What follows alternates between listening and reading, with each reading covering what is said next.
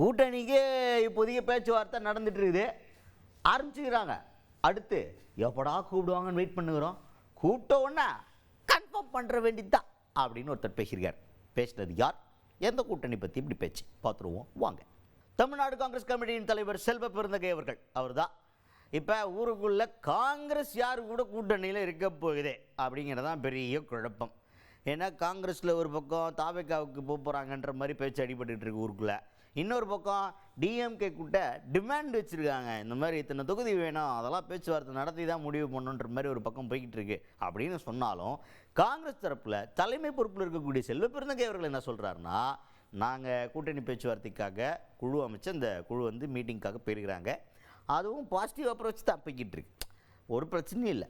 இப்போதைக்கே அந்த கமிட்டி போவாங்க, அவங்கக்கிட்ட பேசிட்டு திமுக கிட்ட பேசிட்டு வந்து எங்ககிட்ட ஒரு அறிக்கை ஒன்று இந்த கொடுப்பாங்க, இந்த மாதிரி பேசியிருக்கோம்ப்பா இப்படி பண்ணியிருக்கோம்ப்பா அப்படின்னு சொல்லிட்டு அதுக்கப்புறமா கூட்டணி கன்ஃபார்ம் ஆயிரும் அப்படின்ற மாதிரி கால்காக வெயிட்டிங்கிற லெவலில் தான் பேசியிருக்காரு செல்வ பெருந்தகை அவர்கள்.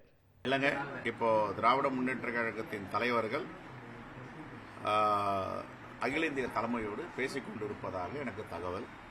எங்களுடைய குழுக்கு அவர்கள் அறிவிப்பு செய்வார்கள், அழைப்பார்கள், நாங்கள் போய் பேசுவோம். இந்த ப்ராசஸ் நடந்துட்டு இருக்கு.